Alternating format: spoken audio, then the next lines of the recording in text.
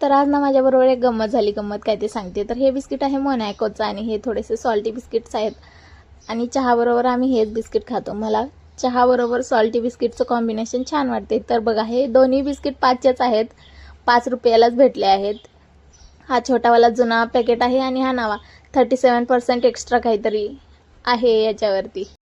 आणि दोन्हीत फरक हे वरूनच समजत होतं. एकात 10 बिस्किट निघाले आणि एकात 13 बिस्किट. छान वाटते नाही का कधी कधी एक्स्ट्रा काहीतरी भेटते म्हटल्यावर.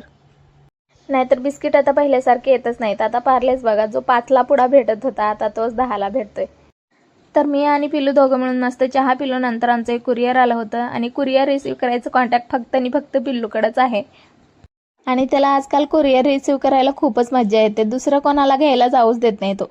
तर पार्सल पप्पाचं होतं. म्हटलं की पप्पालाच ओपन करायला हवं आपण. पप्पा येईपर्यंत आम्ही त्याला खोलच नव्हतं, नाहीतर मग पार्सल ओपन करायची खूपच एक्साइटमेंट असते आम्हाला. आणि आतमध्ये आलंय काय हे बघायची पिल्लूला खूपच घाई असते. तर मी हे त्यांच्यासाठी बेला विटाचं परफ्यूम ऑर्डर केले होते. आणि आजकाल माझ्या नवऱ्याला परफ्यूमचं खूप जास्त वेळ लागले. त्यांना वेगवेगळे परफ्यूम ट्राय करून बघायचे आहेत, कोणता छान आहे आणि कोणता नाही. आता माझ्याकडून त्यांनी 4 बॉटल्या ऑर्डर करून घेतल्या बरं का.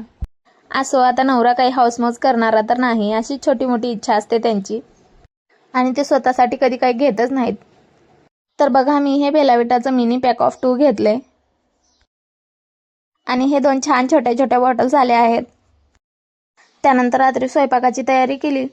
स्वयंपाकामध्ये फक्त खिचडी आणि शेवयाची खीर बनवायची होती मला, कारण आम्ही थोडंसं बाहेर जाऊन पाणीपुरी वगैरे खाऊन आलो होतो. जास्त काही भूक नव्हती कोणाला, म्हणून खिचडी बनवायची ठरवली.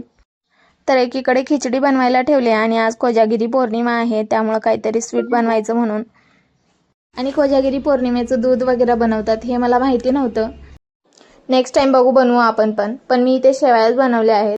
चला तर मग भेटू नेक्स्ट ब्लॉगमध्ये. तोपर्यंत बाय.